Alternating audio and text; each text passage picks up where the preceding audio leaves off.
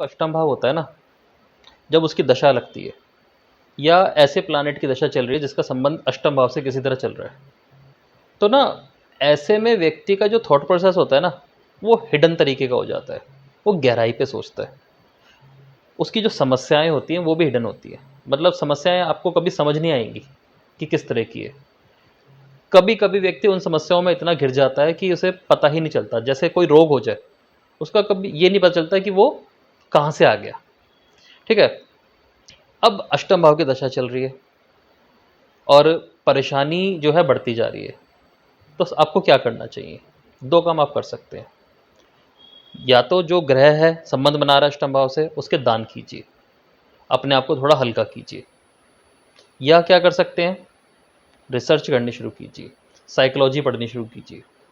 यदि आप उस ग्रह से संबंधित पढ़ेंगे तो ज़्यादा अच्छा रहेगा। जैसे सपोज कीजिए अष्टम भाव में सूर्य बैठा है और उसकी दशा चल रही है, तो जितना आप हेल्थ से रिलेटेड चीज़ें पढ़ेंगे ना, उतना आपको अच्छा रहेगा।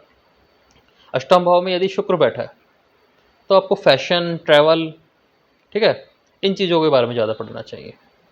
वहीं अगर अष्टम भाव में जुपिटर है तो आपको साहित्य पढ़ना चाहिए। चंद्रमा तो साइकोलॉजी देता ही है क्योंकि मनोविज्ञान है। ठीक है। यदि अष्टम भाव में बुध बैठा है तो आपको बिजनेस ट्रेडिंग के बारे में पढ़ना चाहिए, बिजनेस एथिक्स पढ़ने चाहिए।